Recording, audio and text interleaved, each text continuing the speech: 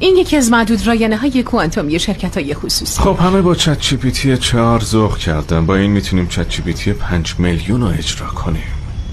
این رایانه میتونه مسائلی که یه ابر رایانه رایج 10,000 ساله حل میکنه زیر 1 ثانیه به راحتی حل کنه. پس واقعیه. نادیده میگیرم که خیال کردین ما کلاه برداریم و حرفتون رو تحسین محسوب میکنم. چی خیال میکردین کورتیس؟ خیال میکردین ملودی بدبخت رو انداختیم تو کمد تا پشت میکروفون حرف بزن؟ این واقعیه. خب یعنی توانایی‌هاش واقعیه. مسلماً اصلا انسان نیست، یعنی شعور نداره. الگوریتماش این توهم رو ایجاد میکنن.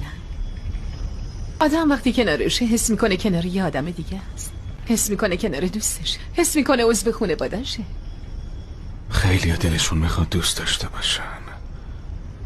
قبول نداری کورتیس؟ مجموعه داده‌هاشه. هوش مصنوعی در حد نمونه هایی که ازشون یاد میگیره. مجموعه داده هاشو از کجا آورده؟ از کجا یاد گرفته؟